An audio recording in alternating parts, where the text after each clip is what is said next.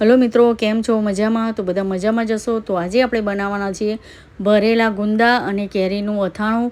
આ અથાણું મને મારા દાદીમાએ શીખવાડ્યું હતું અને આ અથાણું એટલું ટેસ્ટી અને એટલું સરસ બને છે ને કે તમે એક વખત બનાવશો ને તો તમને ફરીથી પણ બનાવવાનું મન થશે. તેટલું ટેસ્ટી આ અથાણું બનીને તૈયાર થયું હતું અને સ્પેશિયલ જૂના જમાનાના દાદીમાએ શીખવાડેલું છે એટલે ટેસ્ટી તો હશે જ. તો અથાણું બનાવવા માટે જો મેં અહીંયા ગુંદા લીધા છે અને ગુંદાને પહેલાં આપણે સરસ ચોખ્ખા પાણીથી ધોઈ નાખવાના છે. અહીંયા એકદમ મેં લીલા અને તાજા ગુંદા લીધા છે. તો ગુંદાને ચોખ્ખા પાણીથી આપણે ધોઈને આ રીતે સાફ કરી નાખવાના છે. અને મારી દાદીમાએ શીખવાડેલું છે એટલે હું ગેરંટી આપું છું કે તમને આ અથાણું ખૂબ ખૂબ પસંદ આવશે. એટલું ટેસ્ટી અથાણું આ બનીને તૈયાર થાય છે. તો હવે આપણે ગુંદાને આ રીતે સાફ કરી દઈશું. જો આ રીતે પહેલાં બધા ગુંદાને આ રીતે બરાબર સાફ કરી દેવાના છે.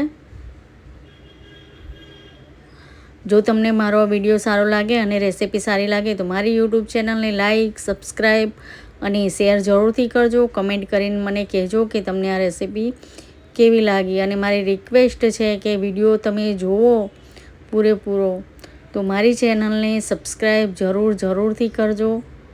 અને લાઈક કરવાનું તો તમે ભૂલી જ જાઓ છો, તો લાઈક પણ જરૂરથી કરજો. તો જો અહીંયા ગુંદાને સરસ રીતે ધોઈ નાખ્યા છે. તમે જોઈ શકો છો કે એકદમ સરસ ગુંદા થઈ ગયા છે. તો મેં અહીંયા એકદમ લીલાછમ ગુંદા લીધા છે. હવે ઉનાળો આવી ગયો છે ને ગુંદાની સિઝન પણ આવી ગઈ છે. તો આપણે જ્યારે પણ ગુંદાનું અથાણું બનાવીએ ત્યારે આ રીતના એકદમ લીલા જ ગુંદા લેવાના છે જેથી આપણું અથાણું એકદમ સરસ બનીને તૈયાર થાય. તો જો ગુંદાને આપણે આ રીતે ડાળખીઓમાંથી કાઢી લઈશું. પહેલાં આ રીતે બધા ગુંદાને કાઢી લેવાના છે. જો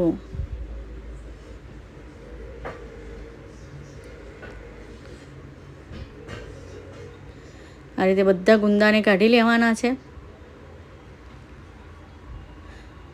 પછી ગુંદાને આ રીતે છાલ જે પાછળ હોય તે છાલને પણ આપણે આ રીતે કાઢી દઈશું. આ રીતે તમે જોઈ શકો છો. તો આ રીતે તેની છાલને પણ આપણે કાઢી દઈશું. તો જો અહીંયા બધી છાલ મેં કાઢી નાખી છે ગુંદાની.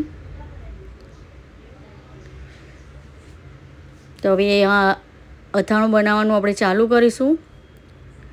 તો અથાણું બનાવવા માટે પહેલાં આપણે મીઠું લઈશું.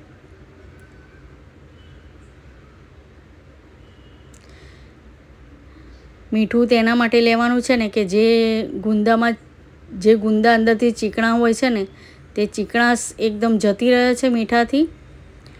તેના માટે આપણે મીઠું લેવાનું છે. પછી આ રીતે ગુંદાને ફોડી દેવાનું છે. પછી આ રીતે ચક્કાની મદદથી તેના બિયાને આ રીતે કાઢી દેવાનો છે. જુઓ, પછી આ રીતે મીઠાવાળી આંગળી કરીને આપણે તેની બધી જ ચીકણાશને કાઢી લઈશું ગુંદાની. તમે જોઈ શકો છો. અને આ રીતે મીઠાવાળી આંગળી કરવાથી ગુંદાની બધી જ ચીકણાશ નીકળી જાય છે અને ગુંદા સરસ એકદમ ચોખ્ખા થઈ જાય છે. તો આ રીતે બધા ગુંદાને આપણે આ રીતે ફોડીને બિયાને કાઢી લઈશું. આ પ્રોસેસ તમારે ફટાફટ કરવાની હોય છે કેમ કે પછી તમે ફટાફટ નહીં કરો તો ગુંદા કાળા થઈ જશે અને અથાણાનો ટેસ્ટ સારો નહીં આવે. તે માટે આ પ્રોસેસને તમારે ફટાફટ કરવાની રહેશે. જો તમારા ઘરમાં 2-3 જણા હોય તો 2-3 જણા આ રીતે ફટાફટ બનાવી દેજો ગુંદાનું અથાણું, જેથી ગુંદા કાળા ના પડી જાય તે માટે. તો હવે જો ગુંદાની બધી ચીકણાશ આપણે કાઢી નાખી છે, બિયા અને તેની બધી ચીકાશ નીકળી ગઈ છે. તો જો અહીંયા મેં અથાણાનો મસાલો લીધો છે. તો આપણે અથાણાનો મસાલો એક બાઉલમાં કાઢી લઈશું. અહીંયા મેં 2 પેકેટ અથાણાનો મસાલો લીધો છે. તેમાં જો થોડો ઓછો અથાણાનો મસાલો એડ કરવો હોય તો તમે કરી શકો છો, પણ અમારે અહીંયા બધાને વધારે અથાણાનો મસાલો ભાવે છે જેથી હું વધારે એડ કરું છું. તમે વધારે કે ઓછો એડ કરી શકો છો. તો અહીંયા મેં 2 પેકેટ અથાણાનો મસાલો લીધો છે.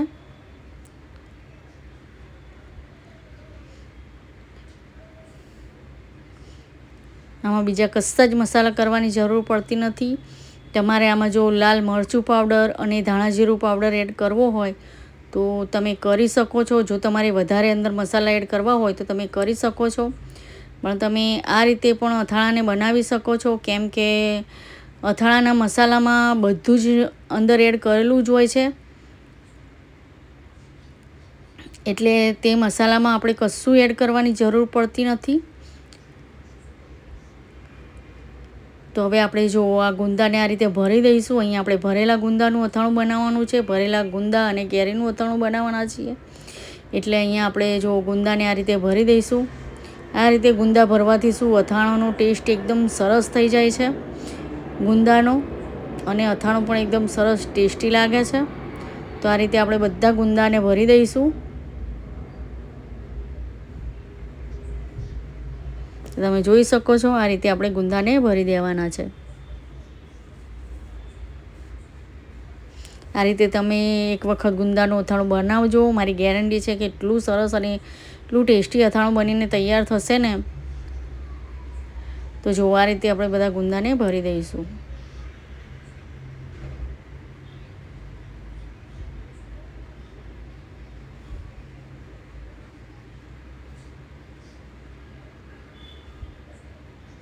ચેનલને સબસ્ક્રાઈબ જરૂરથી કરજો, કેમ કે વિડીયો બનાવવામાં બહુ જ મહેનત લાગે છે. તે માટે ચેનલને સબસ્ક્રાઈબ જરૂરથી કરજો. તો જો અહીંયા બધા ગુંદા ભરાઈને તૈયાર છે. બધા ગુંદાને આ રીતે ભરી દેવાના છે. આ મસાલો આપણે પછી એડ કરીશું. તો જો અહીંયા ગુંદા સરસ બધા આપણા ભરાઈ ગયા છે. અને અહીંયા જો મેં અહીંયા 3 કેરી લીધી હતી, તો 3 કેરીને આ રીતે મેં નાના નાના પીસમાં કટ કરી નાખી છે. તો હવે આપણે અથાણું બનાવવાનું ચાલુ કરીએ. તો ગુંદાને આપણે તાસમાં એડ કરી દઈશું.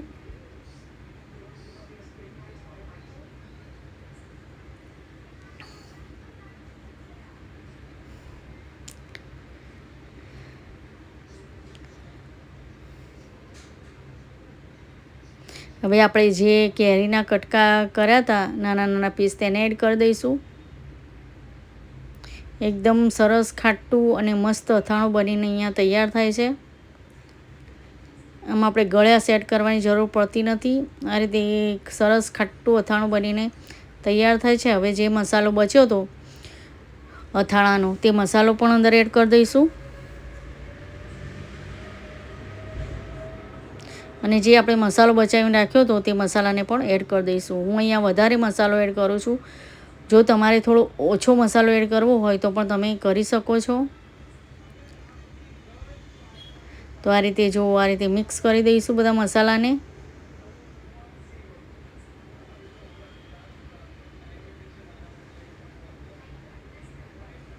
તો જો બધા મસાલા એકદમ મિક્સ થઈ જવા જોઈએ.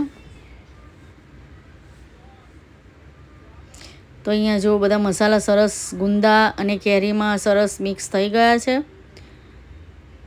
સરસ મસાલા જો એકદમ ચોંટી ગયા છે ગુંદા અને કેરીમાં, સરસ એકદમ મિક્સ થઈ ગયા છે.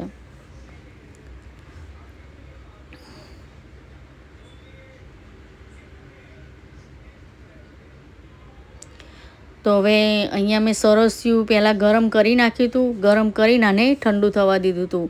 તો એકદમ ગરમ સરસ્યું થવા દીધું, પછી તેને એકદમ ઠંડુ કરી નાખ્યું હતું. સરસ્યું એકદમ ઠંડુ કરીને જ એડ કરવાનું છે. પહેલાં આપણે સરસિયાને એકદમ ગરમ કરી દેવાનું, પછી તેને ઠંડુ કરીને પછી આ રીતે આપણે ગુંદા અને કેરીના અથાણામાં એડ કરી દેવાનું છે. તમે જોઈ શકો છો.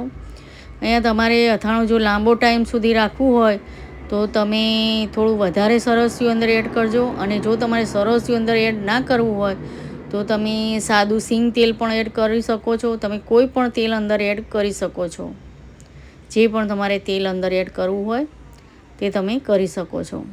મેં અહીંયા સરસ્યું લીધું છે. તમારે લાંબો ટાઈમ સુધી રાખવું હોય ને તો તમારે તેલ થોડું વધારે એડ કરવાનું અથાણામાં. તો અથાણું તમારું બગડશે પણ નહીં અને લાંબો ટાઈમ સુધી ચાલશે પણ ખરી. તો જો અહીંયા ટેસ્ટી અને મસ્ત મજાનું ગુંદા કેરીનું અથાણું અહીંયા તૈયાર છે.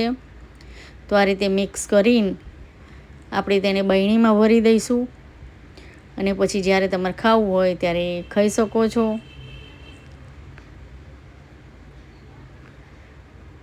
તો જો અહીંયા તૈયાર છે આપણું ગુંદા કેરીનું અથાણું.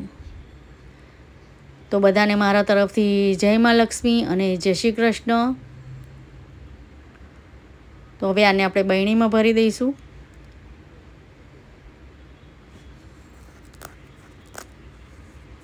તો જય મા લક્ષ્મી અને જય શ્રી કૃષ્ણ. મળીશું હવે બીજા વિડીયોમાં.